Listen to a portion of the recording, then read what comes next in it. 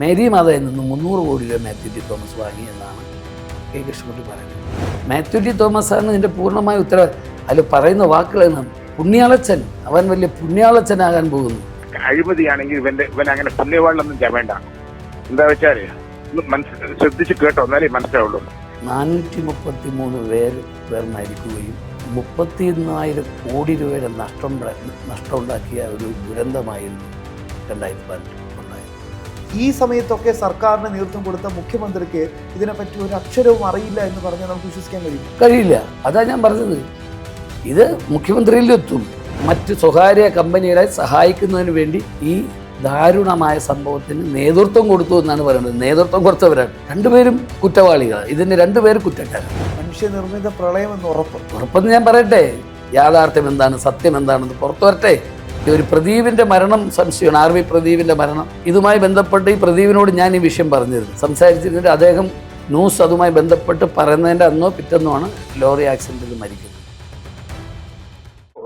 ഇവന്റെ അഴിമതിയാണെങ്കിൽ ഇവൻ അങ്ങനെ പുണ്യവാളിലൊന്നും വേണ്ട. എന്താ വെച്ചാല് ശ്രദ്ധിച്ച് കേട്ടോ, എന്നാലേ മനസ്സിലാവുള്ളൂ.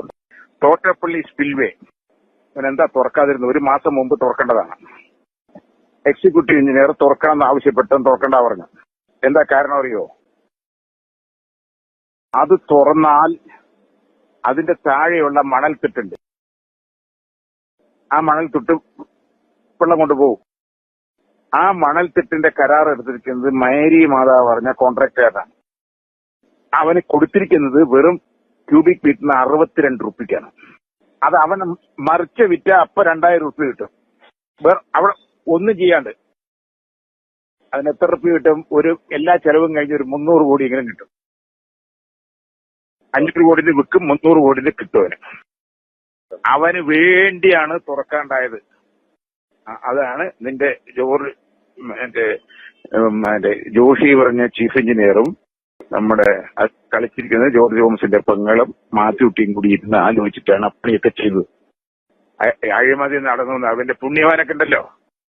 ഒന്ന്. രണ്ടാമത്തത്, ഇനി അവൻ അങ്ങനെ പുണ്യവാനൊന്നും വേണ്ട. പറയാം, മണിയാറ് പറഞ്ഞ പ്രോജക്റ്റ് ഉണ്ട് അവിടെ പമ്പയുടെ മുകളില്. അത് ഇറിഗേഷന്റെ പ്രോജക്റ്റാണ്. അതിന്റെ മുകളിൽ 2 ഇലക്ട്രിസിറ്റിയുടെ പ്രോജക്റ്റ് ഉണ്ട്.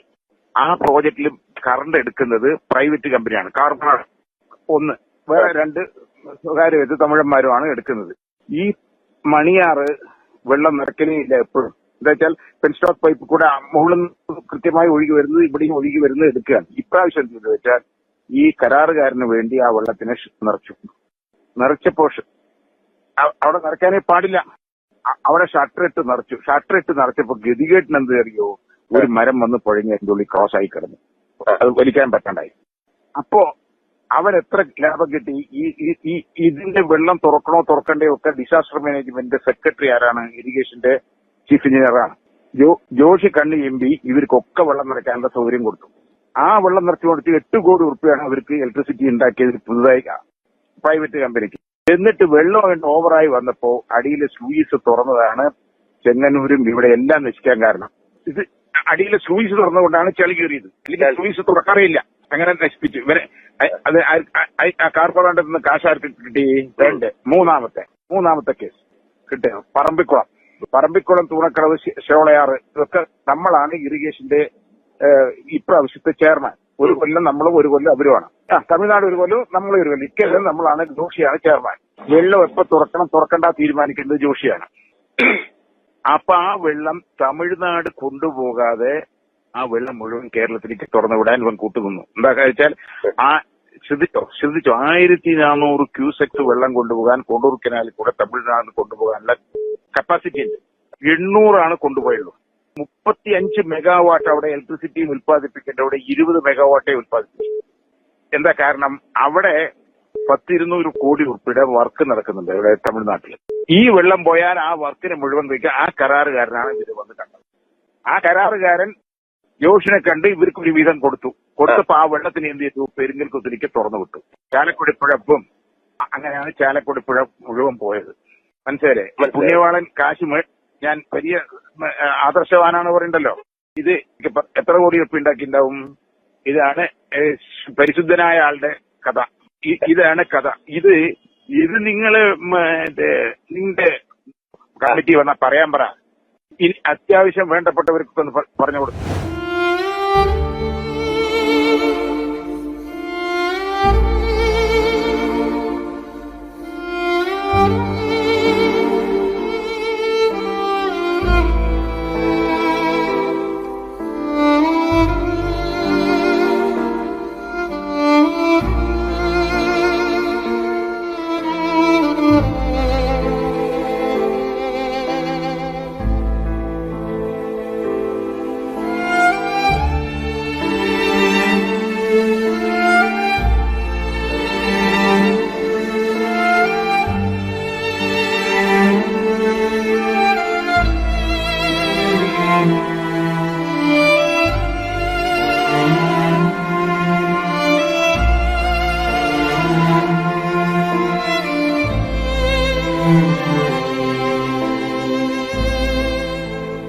രണ്ടായിരത്തി 18 ഉണ്ടായ പ്രളയം മാൻമെയ്ഡാണ് എന്ന് ആദ്യമായി പറയുന്നത് അന്ന് ജനതാദളിൻ്റെ സംസ്ഥാന പ്രസിഡൻറ്റും MLA-യുമായിരുന്ന കെ കൃഷ്ണൻകുട്ടിയാണ്.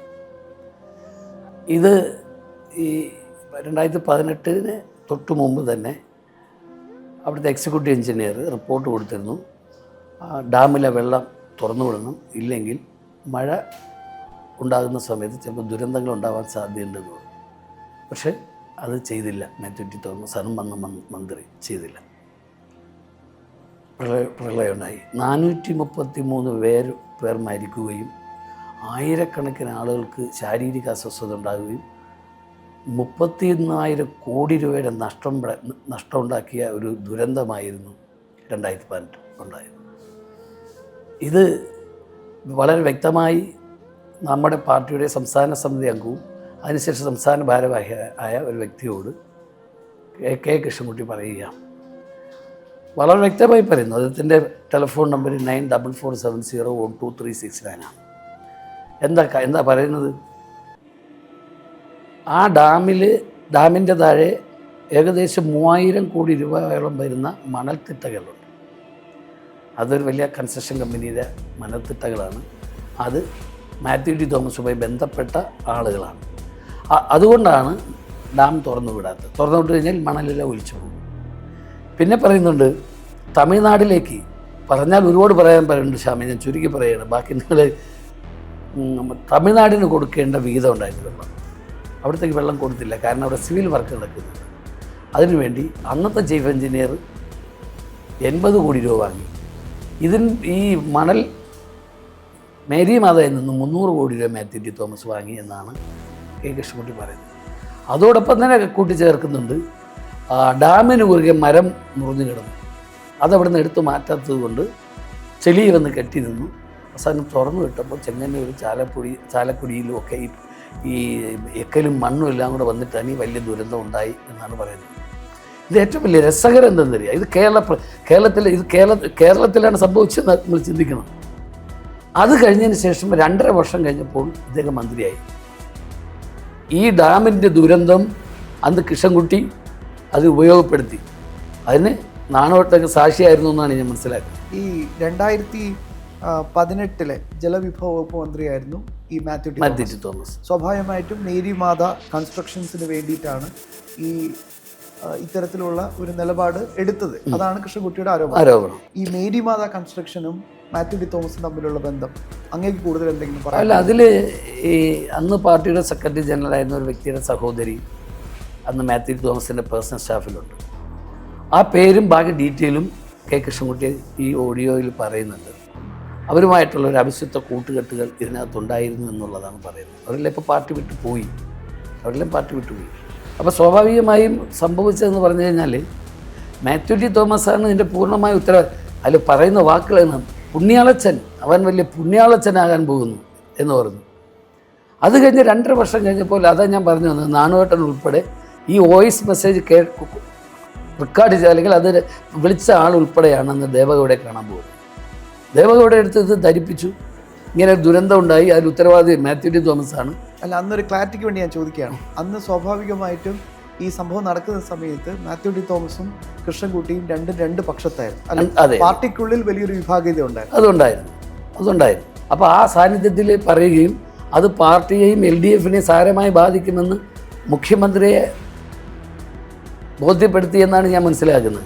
അതിപ്പോൾ 2.5 വർഷം കഴിഞ്ഞപ്പോൾ മാറ്റി മാറി കൃഷ്ണൻകുട്ടി മന്ത്രിയായി. ഈ മുഖ്യമന്ത്രിക്ക് ഇതിനെക്കുറിച്ച് അന്ന് ഒരു അറിവ് കൃഷ്ണൻകുട്ടിയുടെ ഭാഗത്തുനിന്ന് ഉണ്ടായിരുന്നു? കൊടുത്തിരുന്നു. പ്രതികരണം അല്ല, കൊടുത്തിരുന്നു. ആദ്യം അദ്ദേഹം അത് സംഘടനാപരമാണോ എന്നുള്ള കാര്യങ്ങൾ ആലോചിച്ചു. അവസാനം അത് പുറത്തേക്ക് വരും ദേവഗൗഡയുമായി സംസാരിച്ച് വന്നപ്പോൾ അത് ദോഷം ചെയ്യുന്ന കണ്ടിട്ടാണ് കൃഷ്ണൻകുട്ടി മന്ത്രിയായത്. അതിൽ മാത്യു ടി തോമസിൻ കുറ്റക്കാരനാണെങ്കിൽ അതേ രീതി അതിനേക്കാളും വലിയ കുറ്റക്കാരനാണ് കൃഷ്ണൻകുട്ടി. കാര്യം എന്താ, 2.5 വർഷം കഴിഞ്ഞപ്പോൾ അദ്ദേഹം ജലവകുപ്പ് മന്ത്രിയായി. അദ്ദേഹത്തിനോട് പല സമയങ്ങളിൽ ഞങ്ങൾ പറഞ്ഞു ഇത് പരിശോധിക്കണമെന്ന് പറഞ്ഞു. അപ്പോൾ പറയുന്നവരെല്ലാം പുള്ളി ഒരു ശത്രുവാകുക. കാരണം എന്താ, അദ്ദേഹത്തിന് മന്ത്രിസ്ഥാനമാണ് വലുതല്ല, വേറെ ഒന്നും അല്ല. ഞാൻ ചോദിക്കുന്നത്, സ്വാഭാവികമായിട്ടും മാത്യു ടി തോമസിനെതിരെ ഇത്ര വലിയൊരു ആരോപണം, ഈ ശബ്ദരേഖ പുറത്തു വരുന്നത് ഇലക്ഷൻ്റെ സമയത്താണ്, ഒരുപാട് വർഷങ്ങൾക്ക് ശേഷമാണ്. പക്ഷെ അന്ന് തന്നെ ഈ കാര്യം കൃത്യമായിട്ട് കൃഷ്ണൻകുട്ടിക്ക് അറിയാമായിരുന്നു. കൃഷ്ണൻകുട്ടി അത് കൃത്യമായി തന്നെ അന്നത്തെ ദേശീയ നേതൃത്വം ദേവഗൗഡയെ നേരിട്ട് അറിയിച്ചു. ഇയാൾ അപകടകാരിയാണ്, ഇയാളെ മാറ്റണം എന്നുള്ള ആവശ്യം ഉന്നയിച്ചു. സ്വാഭാവികമായിട്ടും അത് നിലപാടുണ്ടായി. അയാളെ മന്ത്രിസ്ഥാനത്ത് നിന്ന് മാറ്റി, പകരം കൃഷ്ണൻകുട്ടി മന്ത്രിയാവുകയും ചെയ്തു. അതിനുശേഷം എന്താണ് സംഭവിച്ചത്? അതിനുശേഷം കൃഷ്ണൻകുട്ടി ഇതൊന്നും ചെയ്യാറില്ല. കൃഷ്ണൻകുട്ടിയോട് ഇതിനെക്കുറിച്ച് പറയുമ്പോൾ ഇതിനെക്കുറിച്ച് അന്വേഷിക്കണമല്ലോ, അല്ല അതിൻ്റെ ഡീറ്റെയിൽ അന്വേഷിക്കണം എന്ന് പറയുമ്പോൾ പറയുന്നവരെല്ലാം പുള്ളിക്കെതിരാകുകയാണ്. കാര്യം അതാ ഞാൻ പറഞ്ഞത്, എന്തുകൊണ്ടായിരിക്കും അദ്ദേഹത്തിന് മന്ത്രിസ്ഥാനം തുടരണം. അതിനുവേണ്ടി എന്ത് ചെയ്തു, മാത്യു ടി തോമസിന് കൂടെ നിർത്തി. സംഘടനാ തെരഞ്ഞെടുപ്പ് വരുമ്പോൾ മാത്യു ടി തോമസിനെതിരെ ഞങ്ങൾ ഒരു ടീം, കൃഷ്ണൻകുട്ടിയുടെ ഞങ്ങളെല്ലാം കൂടി ടീം മാത്യു ടി തോമസിനെ മാറ്റി നിർത്തണമെന്നും ഞങ്ങളൊരു പുതിയ സംവിധാനത്തിലേക്ക് പുതിയ ലീഡർഷിപ്പ് വരണമെന്ന് നോമിനേഷൻ വരെ കൊടുത്തു. രാവിലെ ഇലക്ഷൻ അന്ന് രാവിലെ കൃഷ്ണൻകുട്ടി മാത്യു ടി തോമസിനെ വിളിച്ച്, അതിൽ ഏറ്റവും പ്രധാനപ്പെട്ട ആളുകൾ ഒരാളായിരുന്നു ഞാൻ, എന്നെ വിളിക്കാതെ ബാക്കി 2-3 പേരെ, ഇപ്പം നമുക്കറിയാം സാബു ജോർജ് കൊച്ചിയിൽ മത്സരം, സാബു ജോർജ് ഉൾപ്പെടെയുള്ള 2-3 പേരെ വിളിച്ചിട്ട് കൃഷ്ണൻകുട്ടി മാത്യു ടി തോമസ് ഇവരും കൂടി ഒന്ന് സെറ്റ് ചെയ്തു. അപ്പോൾ എന്താ അതിൻ്റെ അർത്ഥം, മാത്യു ടി തോമസ് പ്രസിഡൻ്റായി തുറന്നില്ല എങ്കിൽ മാത്യു ടി തോമസ് കൃഷ്ണൻകുട്ടിക്കെതിരെ വരും എന്നുള്ള ധാരണയുണ്ടായി. അതുകൊണ്ട് എന്ത് ചെയ്ത് അവർ തമ്മിൽ കോംപ്രമൈസ് ചെയ്യും. എന്തുകൊണ്ട് രണ്ടാമത് വന്ന ഗവൺമെൻറ്റിൽ മാത്യു ടി തോമസ് മന്ത്രിസ്ഥാനം ആവശ്യപ്പെട്ടില്ല? ആവശ്യപ്പെട്ട് കഴിഞ്ഞാൽ കൃഷ്ണൻകുട്ടിയുടെ കയ്യിൽ എന്തോ അന്വേഷണ രേഖകളോ എന്തൊക്കെയോ ഉണ്ട് എന്നുള്ളത് സാധാരണ പറഞ്ഞു കേൾക്കുന്നുണ്ട്. അതുകൊണ്ട് ആവശ്യപ്പെട്ടിട്ടില്ല. യഥാർത്ഥത്തിൽ ഇതൊരു 1 മാസമോ കുറച്ച് മുമ്പായിരുന്നെങ്കിൽ കൃഷ്ണൻകുട്ടി രാജിവെക്കേണ്ടി വന്നേ. ഇവർക്ക് 2 പേർക്കും എതിരെ അന്വേഷണം നടക്കണ്ടേ? ഇതിൽ ഇപ്പോൾ മാത്യു ടി തോമസ് മനഃപൂർവ്വം ചെയ്തു എന്ന് പറയുന്ന കുറ്റം, ആ കുറ്റത്തെ പിന്നെ കണ്ടിന്യൂ ചെയ്യിപ്പിക്കുന്നവരാ, അല്ലെങ്കിൽ അതിനെ അന്വേഷണമൊന്നും നടത്താതെ നടപടിയെടുക്കാതിരുന്നവരാ കൃഷ്ണൻകുട്ടി. ഇപ്പോൾ ഇവർ 2 പേരും ആരെ മന്ത്രിസഭയിലെ മന്ത്രിമാരായിരുന്നു? പിണറായി വിജയൻ്റെ.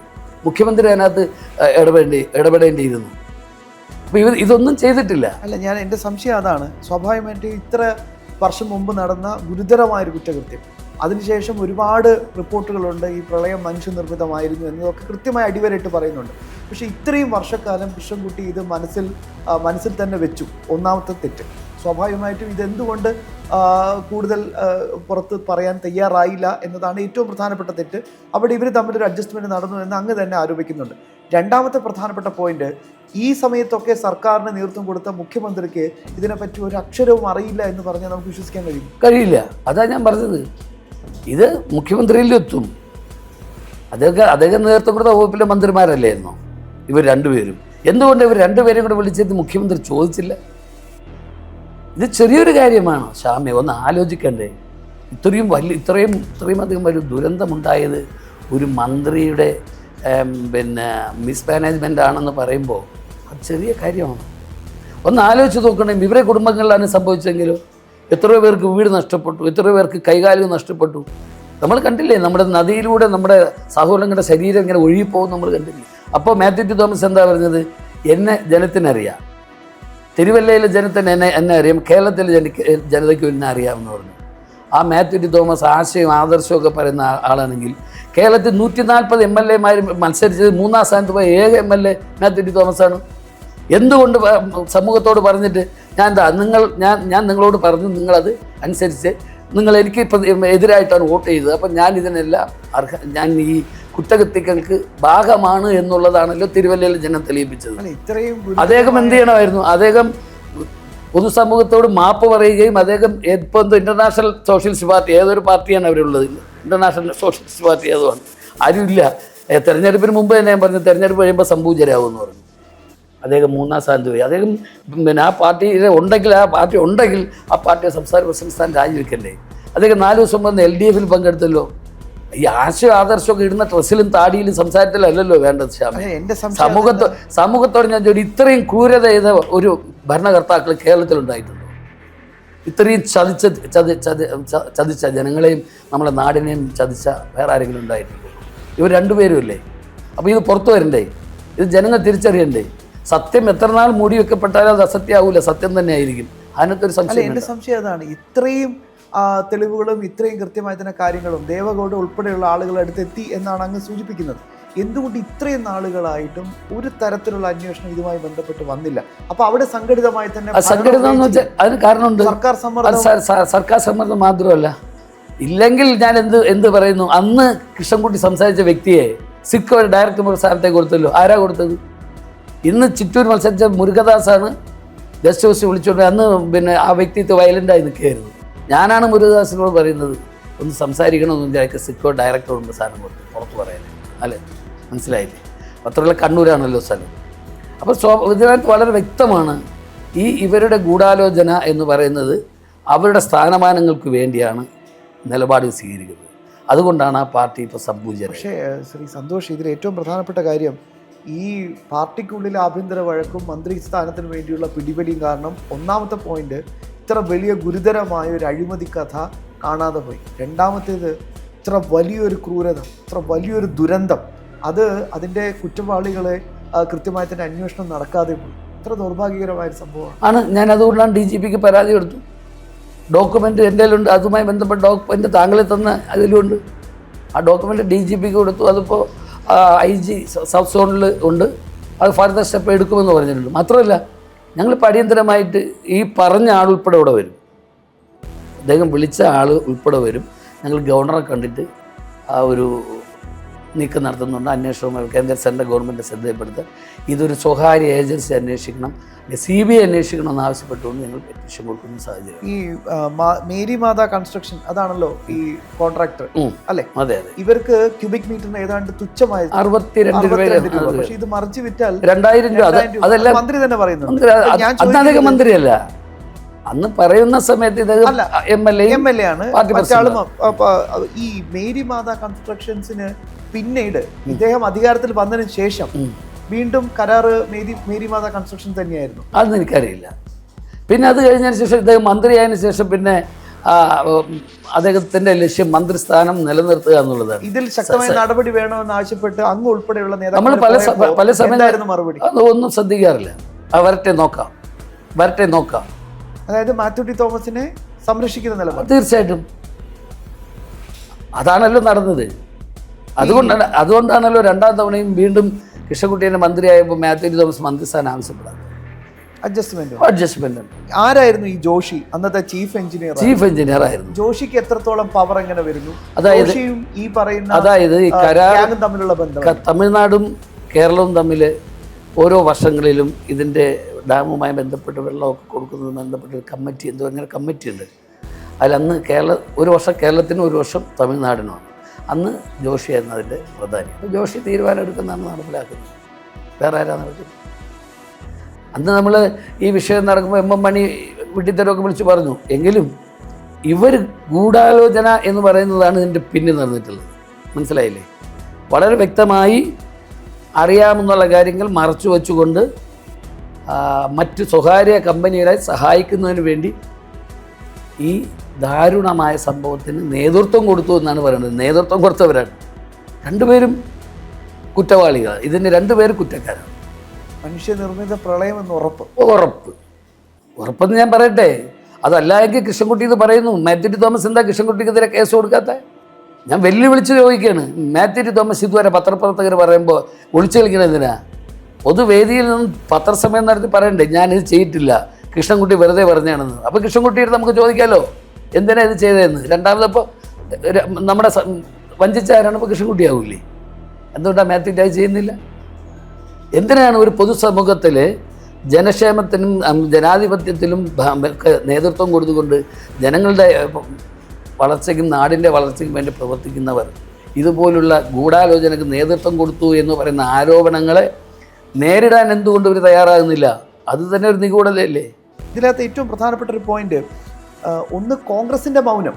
പ്രതിപക്ഷത്ത് ഇത്രയും നാൾ നിന്നിട്ടും കോൺഗ്രസ് ഈ വിഷയത്തിൽ കൃത്യമായി ഒരുപാട് റിപ്പോർട്ടുകൾ, കേന്ദ്ര സർക്കാരിൻ്റെ റിപ്പോർട്ടുകൾ വന്നു, ഒരുപാട് റിപ്പോർട്ടുകൾ വന്നു. കോൺഗ്രസ് എത്രത്തോളം ആത്മാർത്ഥതയോടെ ഈ വിഷയത്തിൽ ഇടപെട്ടു എന്നൊരു ചോദ്യം അവിടെയുണ്ട്. ഇനി കോൺഗ്രസ് ആണ് ഭരണത്തിൽ വരുന്നത്. സ്വാഭാവികമായിട്ടും നേരത്തെ ഈ കൃഷ്ണൻകുട്ടിയും മാത്യു തോമസും ഉൾപ്പെടെയുള്ള ഈ അഴിമതിക്കാരൊക്കെ ഒരുമിച്ച് കൂടുന്നൊരു സാഹചര്യം ഉണ്ടായിരുന്നു. സ്വാഭാവികമായിട്ട് ഇനിയും ഇത് തേച്ചു മായ്ച്ചു കൂടാ എന്നുള്ളൊരു സാഹചര്യം ഉണ്ടായിക്കൂടെ? സാധ്യത ഞാൻ കാണുന്നില്ല. കാരണം ഞങ്ങൾ നിയമപരമായുള്ള മറ്റ് മാർഗങ്ങളിലേക്ക് പോകും. ഇത് കേന്ദ്ര ഗവൺമെൻറ് ശ്രദ്ധയിൽ നമ്മൾ കൊണ്ടുവരും. ഞാനിത് BJPയുടെ നേതൃത്വവുമായി സംസാരിച്ചിട്ടുണ്ട്. ഇത് കേന്ദ്ര ഗവൺമെൻറ് ഇത് ഇടപെടേണ്ട രീതിയിൽ അതിനാണ് ഞങ്ങൾ ഗവർണറെ കാണുന്നത്. അത് കഴിഞ്ഞ് ഞങ്ങൾ മറ്റ് നിയമ നടപടിയിലേക്ക് പോകും. സെൻട്രൽ ഗവൺമെൻറ് ശ്രദ്ധയിൽപ്പെടുത്തും. കാര്യം ആ കേന്ദ്ര ഗവൺമെൻറ്റിൽ നിന്നും ഇതുമായി ബന്ധപ്പെട്ട് തന്നെ സഹായമൊന്നും കിട്ടിയിട്ടുണ്ട്. അപ്പോൾ യഥാർത്ഥത്തിൽ ഈ നഷ്ടത്തിൻ്റെയും ഈ മരണത്തിൻ്റെ ഉത്തരവാദി ഇവരാണെന്നുള്ളത് ഇപ്പോൾ വ്യക്തമായി വരികയല്ലേ. ഒരു മറുപടി പറയണ്ടേ? നിങ്ങളെന്താ ഇതിനെക്കുറിച്ചിട്ട് അവരോട് ചോദിക്കാത്തത്? ഇപ്പം ഞാനിന്ന് പറയുന്ന പോലെ നിങ്ങൾ മാത്യു തോമസിൻ്റെ അടുത്തും കൃഷ്ണൻകുട്ടിയുടെ അടുത്തൊക്കെ ഒന്ന് ചോദിക്കണം. അവരെന്ത് പറയുന്ന അറിയട്ടെ, കേരള സമൂഹം അറിയട്ടെ. ഞാൻ വെറുതെ പറയണമെങ്കിൽ എനിക്കെതിരെ നിയമ നടപടി സ്വീകരിക്കട്ടെ. കൃഷ്ണൻകുട്ടി പറഞ്ഞത് ഇത് AI ആണെന്നാണ്. ഇപ്പോൾ എല്ലാത്തിനും അതാണല്ലോ പറയുന്നത്. അതിലൊരു കാര്യമുണ്ട്. അന്ന് CPMൻ്റെ പ്രധാനപ്പെട്ട നേതാക്കൾ, സീനിയർ ആയിട്ടുള്ള നേതാക്കൾ കൃഷ്ണൻകുട്ടിയെ വിളിച്ചിട്ട് പറഞ്ഞു, നിങ്ങൾ ഇത് പറഞ്ഞില്ല, അല്ലെങ്കിൽ നിങ്ങളിത് ചെയ്തിട്ടില്ല, അല്ലെങ്കിൽ നിങ്ങളുടെ ശബ്ദം, അല്ലെങ്കിൽ നിങ്ങളൊരു നിയമ നടപടി സ്വീകരിക്കണമെന്ന്. എന്തേ നിയമ നടപടി സ്വീകരിക്കാത്ത? നിയമ നടപടി സ്വീകരിക്കാൻ പറയും ശ്യാമേ. നിങ്ങൾക്ക് ജനം യൂണിറ്റ് ഇപ്പോൾ ഇദ്ദേഹം തിരുവനന്തപുരത്തുണ്ടോ എന്ന് എനിക്കറിയില്ല, പിന്നെ പാലക്കാടുണ്ടല്ലോ. നിങ്ങൾ ചോദിക്കേ, പറയട്ടെ, ഞങ്ങളോട് മറുപടി ഞങ്ങൾക്ക് കേൾക്കണം. ഞങ്ങൾക്ക് അവർ ഈ പറയുന്ന മറുപടി മാത്യു തോമസ് കൃഷ്ണൻകുട്ടിയും കേരള സമൂഹത്തോട് പറയുന്നത് ഞങ്ങൾക്ക് കേൾക്കണം. യാഥാർത്ഥ്യം എന്താണ്, സത്യം എന്താണെന്ന് പുറത്തു വരട്ടെ. മനസ്സിലായില്ലേ? ഞാൻ ഈ അടുത്ത സമയത്ത് ചെങ്ങന്നൂരൊക്കെ പോയിരുന്നു. അവിടെ നടന്ന വീടുകളിലൊക്കെ പോയി അവരോടൊക്കെ സംസാരിച്ചു. ഇപ്പം ഇവരെ വീട്ടിലുള്ളവർക്കാണ് സംഭവിച്ചിരുന്നെങ്കിൽ എന്ത് ചെയ്യുമായിരുന്നു? ഇവരെയാണോ നമ്മൾ വീണ്ടും ജനപ്രതിനിധിയാക്കേണ്ടത്? അവിടെയാണ് തിരുവല്ലയിലെ ജനം തീരുമാനിച്ചത്.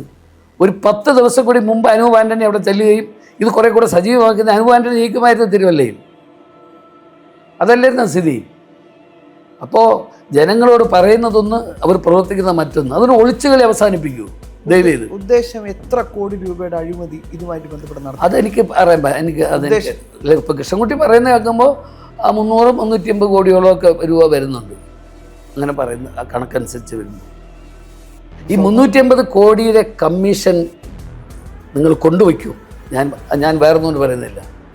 ഇത്രയും 433 പേർ, വീണ്ടും ഞാൻ ആവർത്തിക്കുന്നു, അവരുടെ മരണം, കുട്ടികൾ, വയസ്സായ ആളുകൾ, ഇതെന്തോ പറയുക, ചെളിയിൽ നിന്നും അന്ന് ബോഡി എടുക്കുന്ന നെറ്റിലുണ്ടല്ലോ, നിങ്ങൾ അതുകൂടി എടുക്ക്. ആറ്റിലൂടെ നമ്മൾ കണ്ടതല്ലേ, പറയാൻ തന്നെ മനസ്സനുവദിക്കുന്നില്ല. അതിൻ്റെ കുറ്റക്കാരെന്ന് പറയുമ്പോൾ അത് ചെറിയ കാര്യമാണോ? 31,000 കോടി രൂപയാണ് നഷ്ടം. 31,000 കോടി രൂപ ഈ നാട്ടിലെ പാവങ്ങൾക്ക് കൊടുക്കേണ്ട പൈസയാണ്. അപ്പോൾ ഇതിൻ്റെ ഉത്തരവാദികളാണെന്ന് പറയുമ്പോൾ ഇവർ മിണ്ടുന്നില്ലെന്ന് പറഞ്ഞാൽ, എനിക്ക് മാധ്യമങ്ങൾ, ഞാൻ ആരെ കുറ്റപ്പെടുത്തുന്നില്ല, അന്ന് ഞങ്ങൾ പറഞ്ഞപ്പോഴൊക്കെ ന്യൂസ് ഇതൊക്കെ കൊടുത്തു. ഇത് ഫോളോ അപ്പ് വേണ്ടേ? വെറുതെ പറഞ്ഞാൽ വീണ്ടും പറയും ഞങ്ങൾക്കെതിരെ കേസ് കൊടുക്ക്. ഈ അദ്ദേഹം സംസാരിച്ച ആളിനെതിരെയും കുഴൽനാടിനെതിരെ നിയമ നടപടി സ്വീകരിച്ച് നമുക്കെതിരെ സ്വീകരിക്കണ്ടേ? ഇപ്പോൾ അതിനിടയിൽ എന്നോട് ഒരാൾ ചോദിച്ചു, അപകടമില്ല, ഒരു പ്രദീപിൻ്റെ മരണം സംശയമാണ്, RV പ്രദീപിൻ്റെ മരണം. അതെ അതെ, ഇതുമായി ബന്ധപ്പെട്ട് ഈ പ്രദീപിനോട് ഞാൻ ഈ വിഷയം പറഞ്ഞിരുന്നു. മറ്റേ അദ്ദേഹവും സംസാരിച്ചിരുന്നു, നമ്മളെ കണ്ണൂരത്തെ സംസാരിച്ചിരുന്നിട്ട് അദ്ദേഹം ന്യൂസ് അതുമായി ബന്ധപ്പെട്ട് പറയുന്നതിൻ്റെ അന്നോ പിറ്റന്നോ ആണ് ലോറി ആക്സിഡൻറ്റിൽ മരിക്കുന്നത്. അന്ന് അതിന് ദുരൂഹത ഉണ്ടെന്ന് മാധ്യമക്കാരെ സമരമൊക്കെ ചെയ്തിട്ടുണ്ട്. പ്രദീപിന് ഈ കാര്യം അറിയായിരുന്നു. പ്രദീപ് അയാളൊരു ഓൺലൈൻ ചാനലുണ്ടായിരുന്നു, ഈ കാര്യം അറിയാമായിരുന്നു. അദ്ദേഹം പറഞ്ഞു ചില സത്യങ്ങൾ പുറത്തു വരുന്നുണ്ടെന്ന് പറഞ്ഞ് അദ്ദേഹത്തിൻ്റെ ഓൺലൈനിൽ കൂടി അദ്ദേഹം പറഞ്ഞിരുന്നു. അങ്ങനെയാണ് സംഭവിച്ചത്. അപ്പോൾ എന്നോട് ചില ആളുകൾ പറഞ്ഞു, നിങ്ങൾ ശ്രദ്ധിക്കണം, സൂക്ഷിക്കണമെന്ന്. ഇപ്പം ഞാൻ പറഞ്ഞു 433 പേരെ കൂടെ പ്ലസ് 1, 2, 3, അത് നമുക്ക് വിഷയമല്ല. അതിലൊന്നും ഭയമൊന്നുമില്ല. പല കാര്യത്തിലും നമ്മൾ അറിയാമല്ലോ, പല കാര്യത്തിലും നമ്മൾ പൊതുസമൂഹത്തിൽ ഇപ്പോൾ ഏതെല്ലാം ചാരക്കേസ് ഉൾപ്പെടെ ഇങ്ങോട്ട് വരുന്ന എല്ലാ കാര്യത്തിലും നമ്മളെടുത്ത നിലപാടിൽ ഉറച്ചു നിന്നിട്ടുണ്ട്. അതെല്ലാം വിജയിക്കുക തന്നെ ചെയ്തു, പൂർണ്ണമായും വിജയിച്ചു. പിന്നെ മറ്റൊന്നറിയാമോ, അധികാരത്തിന് വേണ്ടി ആരെയും ഒറ്റ കൊടുക്കുന്ന ഒരാളാണ് കൃഷ്ണൻ. വീരേന്ദ്രകുമാർ എന്ന MP വീരേന്ദ്രകുമാർ എന്നാൽ ഞാൻ അറിയാലോ ആരായിരുന്നു. അതുപോലെ നാനോട്ട് ആരായിരുന്നു അറിയാലോ. വീരേന്ദ്രകുമാർ സാറിനെ പോലും മാനസികമായി അദ്ദേഹത്തിൻ്റെ വസ്തുവിൻ്റെ വിഷയത്തിൽ ഞാൻ തുറന്നു പറയുകയാണ്, ഇതൊക്കെ പുറത്തു വരണം. ആദിവാസിയിലെ ലക്ഷ്മണൻ എന്ന് പറയുന്ന വയനാടുള്ള ഒരു ആദിവാസി ചെറുപ്പക്കാരനെ കൊണ്ട് ഹൈക്കോടതിയിൽ വീരിനെതിരെ കേസ് കൊടുപ്പിക്കുന്നത് ഈ കെ കൃഷ്ണൻകുട്ടിയാണ്, എൻ്റെ സാന്നിധ്യത്തിലാണ്. Oh my God. പൈസ ചെലവാക്കുന്നത് കെ കൃഷ്ണൻകുട്ടിയാണ്. എന്നിട്ട് ആദിവാസി ഭൂമി കയ്യേറ്റം, വ്യാജരേഖ ഉണ്ടാക്കൽ, ഇതിൻ്റെ എല്ലാ സംഭവവും ഓരോ ദിവസം വിളിച്ച എന്തായി. കൃഷ്ണൻകുട്ടിക്ക് ശരിക്കും അധികാര കൊതിയായിരുന്നു. അധികാരം കൊതിയല്ല, ആർത്തി. അധികാരത്തിൻ്റെ ആർത്തിയായിരുന്നു അദ്ദേഹം. അദ്ദേഹത്തിന് യഥാർത്ഥത്തിൽ ഈ പാർട്ടി കേരളത്തെ നശിപ്പിച്ചതിൻ്റെ പിന്നിലാരാ? ഒന്നാമത്തെ പ്രതി മാത്യു ടി തോമസ്.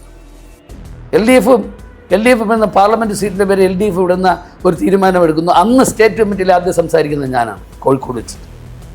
ആദ്യം നമുക്ക് LDF ഇടുന്നതിന് താല്പര്യം ഉണ്ടായിരുന്നില്ല. അവസാനം കൃഷ്ണൻകുട്ടി എല്ലാം കൂടെ പറഞ്ഞിട്ട് തന്നെയാണ് അങ്ങനെ ചെയ്യുക.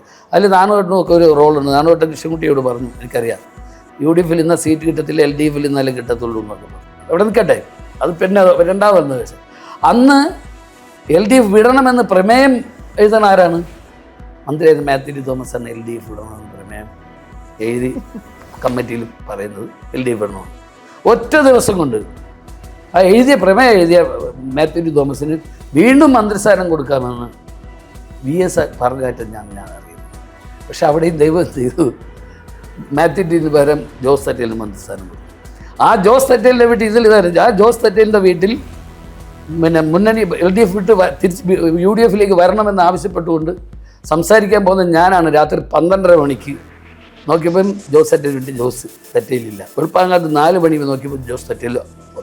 അപ്പം ഞാൻ കെ കൃഷ്ണൻകുട്ടിയെ വിളിച്ച് പറഞ്ഞു, അദ്ദേഹം നേരെ ജോസ് തെറ്റേലിൻ്റെ വീട്ടിൽ വന്നു.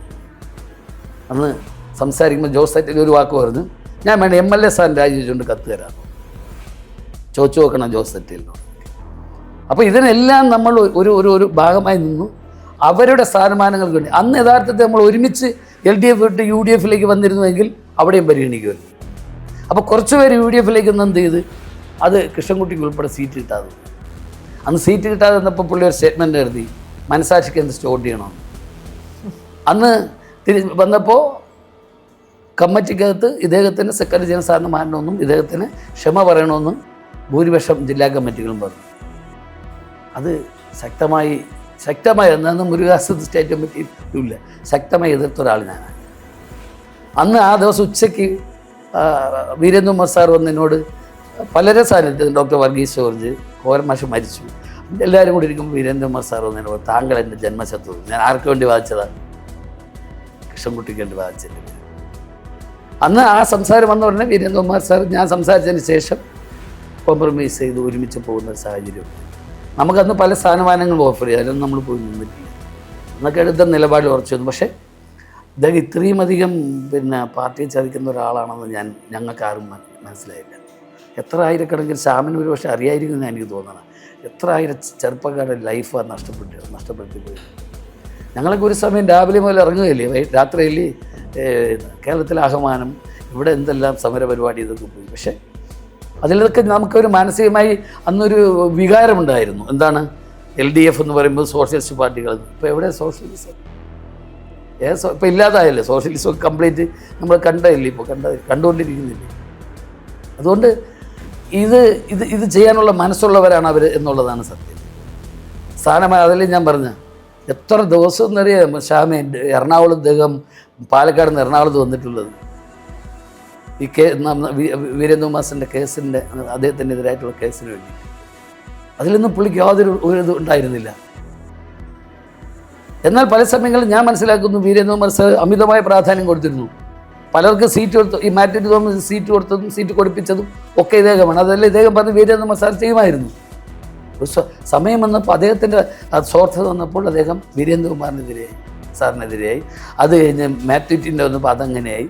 ഓരോ സമയത്തും ഇവർ രണ്ടുപേരും അനിയൻ ബാവ ചേട്ടൻ ബാവ എന്ന സിനിമയിലെ കഥ പോലെയാണ്.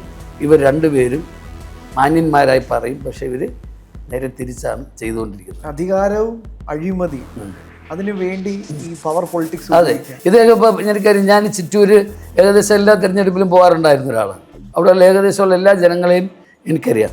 എന്തുകൊണ്ട് ഇപ്പോൾ അവിടെ പരാജയപ്പെട്ടു? ചിറ്റൂരിലെ ജനങ്ങളോട് പറയണ്ടേ, ഞാൻ ആശയത്തിൻ്റെ ആളാണ്. മറ്റേ പുള്ളി മാറിയെന്നല്ല ബുദ്ധിപരം, പുള്ളി മാറിയുന്നു അല്ല, ഇനി പറയണ്ടേ? അദ്ദേഹം പറഞ്ഞ കാര്യങ്ങൾ ഞാൻ ചോദിക്കട്ടെ. ഒറ്റ കാര്യമുള്ളൂ, ഇത് AI ആണെന്ന് അദ്ദേഹം പറഞ്ഞു. പിന്നെ അത് എവിടെ പോയി? അപ്പോൾ വളരെ വ്യക്തമാണ്, ഒന്നുകിൽ മാത്യു ടി തോമസ് കുറ്റക്കാരൻ, അല്ലെങ്കിൽ കൃഷ്ണൻകുട്ടി. അല്ല, എൻ്റെ ചോദ്യം അത്രയേ ഉള്ളൂ, ഇനി എന്തെന്നുള്ളതാണ്. കാരണം ഈ കൊടും ക്രൂരത ചെയ്ത, ഇതിന് പിന്നിൽ പ്രവർത്തിച്ച ഒരാളും രക്ഷപ്പെട്ടതല്ല. ഇനി എന്ത് എന്നതാണ് ഏറ്റവും പ്രധാനപ്പെട്ട ചോദ്യം. UDFന്റെ ഭാഗത്ത് നിന്ന് അനുകൂല അറിയാൻ അവരുടെ ഇടയിലുള്ള പ്രശ്നങ്ങൾ തന്നെ തീരുന്നില്ല. കോൺഗ്രസിനുള്ളിലെ പ്രശ്നങ്ങൾ ഇതുവരെ തീർന്നിട്ടില്ല. രമേശ് ചെന്നിത്തല ആകപ്പാടെ അതൃപ്തിയിലാണ്. ഇതിനൊക്കെ ഇടയിൽ ഇത്ര വലിയൊരു ക്രൂരതയ്ക്ക്, അതിൻ്റെ കുറ്റക്കാർക്കെതിരെ എന്തെങ്കിലും നടപടി ഉണ്ടാകും? നടപടി സ്വീകരിച്ചില്ലെങ്കിൽ അവർ മനുഷ്യത്വരഹിതമായ ഭരണാധികാരികളാണെന്ന് പറയും. അത് ആരും അങ്ങനെ പറഞ്ഞാലും അതിനെതിരെ ശക്തമായി നമ്മൾ നിൽക്കും. UDF ഗവൺമെൻറ് അധികാരത്തിൽ വന്നു, അവരുടെ ശ്രദ്ധയിൽ ഇതറിയാം. ആ സമയത്ത് എനിക്ക് തോന്നുന്നു VD സതീശൻ ഇവിടെയോ സ്റ്റേറ്റ്മെൻറ്റ് പറഞ്ഞു, എനിക്ക് ഇപ്പോൾ ഇത് ഞാനൊക്കെ അറിഞ്ഞിരുന്നു എന്നൊരു വാക്ക് പറഞ്ഞു തോന്നുന്നുണ്ട്. ഇതിപ്പോൾ ഞങ്ങൾ ഇതിൻ്റെ വ്യക്തമായ രേഖകൾ സഹിതം കൊടുത്താൽ അന്വേഷിച്ചില്ലെങ്കിൽ അവരും കുറ്റക്കാരാവില്ല. പിന്നെ വേറൊന്നറിയാം, അതുകൂടെ ഈ ഡാമിൻ്റെ എല്ലാം ചുമതല കളക്ടർക്കാണ്. ഡാമുകൾ അതാ ജില്ലാ കളക്ടർമാർ. അവിടെ ജില്ലാ കളക്ടറായിട്ട് ആലോചിച്ചോ? ജില്ലാ കളക്ടർ അറിയിച്ചോ? ജില്ലാ കളക്ടർ എന്തെങ്കിലും ഡയറക്ഷൻ കൊടുത്തോ? ഒന്നും കൊടുത്തില്ലല്ലോ. ആരായി ഡാം തുറന്നു? ഞാൻ മനസ്സിലാക്കുന്നു AEയും അതുപോലുള്ള സ്റ്റാഫുകളാണ് തുറന്നു വിട്ടെന്നാണ് എനിക്ക് തോന്നുന്നത്. അപ്പോൾ അതെല്ലാം മിസ്മാനേജ്മെൻ്റ് അല്ലേ? അതില്ലാത്ത കളക്ടർ ആണ്. അപ്പോൾ ഇതിൻ്റെ എല്ലാം പിന്നിൽ ഈ മഴ പെയ്ത് വെള്ളം രൂക്ഷമായി വരുന്ന സമയത്ത് ഇവരെല്ലാം താമസിക്കുന്ന വേറെ സ്ഥലങ്ങളല്ലേ, തിരുവനന്തപുരത്തും അവിടെയൊക്കെ അല്ലേ. ഒരുപാട് പേർക്ക് കഷ്ടപ്പെട്ടുണ്ടാക്കി കിടപ്പാടം പോലും നഷ്ടപ്പെടുന്ന പാടങ്ങൾ പോയി, ഇവരോടൊക്കെ ഉത്തരം പറയേണ്ടത് മാത്യു ടി തോമസും കൃഷ്ണൻകുട്ടിയാണ്. തീർച്ചയായിട്ടും അത് തന്നെയാണ് ഞാനും പറയുന്നത്. ഇത് ഇപ്പം ജനൻ TVയും ശ്യാമും കാണിക്കുന്ന അതേ ഇൻട്രസ്റ്റ് സ്വാഭാവികമായ ഒരു വിഷയത്തിൻ്റെ പേരിലാണ് നമ്മൾ ചെയ്യുന്നതെങ്കിൽ ജനം ഇതിനെ സപ്പോർട്ട് ചെയ്യേണ്ടത്. ജനങ്ങൾ പ്രതികരിക്കണം. പ്രതികരണശേഷി എവിടെയാണോ നഷ്ടപ്പെടുന്നത് അവിടെയാണ് ജനാധിപത്യം ഇല്ലാതെ. അതുകൊണ്ട് ഇതൊരു ചെറിയ കാര്യമല്ല. അതുകൊണ്ട് എനിക്ക് വിശ്വാസമുണ്ട് ഇത് എപ്പോഴായാലും ഇത് പുറത്തു വരുന്നു. പുറത്ത് വരുമ്പോൾ എന്താണ് അവസ്ഥ എന്നുള്ളത് അറിയാൻ കഴിയുമല്ലോ. പക്ഷേ എനിക്ക് നിങ്ങളോട് ഉൾപ്പെടെ അഭ്യർത്ഥിക്കാനുള്ളത്, നിങ്ങൾ ഇവരോട് ചോദിക്കുക, ഇവർ മറുപടി പറയണ്ടേ. 7.5 വർഷം മന്ത്രിയായിരുന്ന ഒരാൾ, 5 വർഷം മന്ത്രിയായിരുന്ന ഒരാൾ, ഇവരെല്ലാം ഇപ്പോൾ സമൂഹത്തിൽ ഇങ്ങനെ നിൽക്കുമ്പോൾ അതിന് മറുപടി പറയണ്ടേ. അതുകൊണ്ട് ഒരു സംശയം വേണ്ട. തീർച്ചയായും നമുക്കിത് ലക്ഷ്യസ്ഥാനത്തെത്തുന്നതുവരെ നിങ്ങളുടെ സഹായ സഹകരണം ഞങ്ങൾ തീർച്ചയായും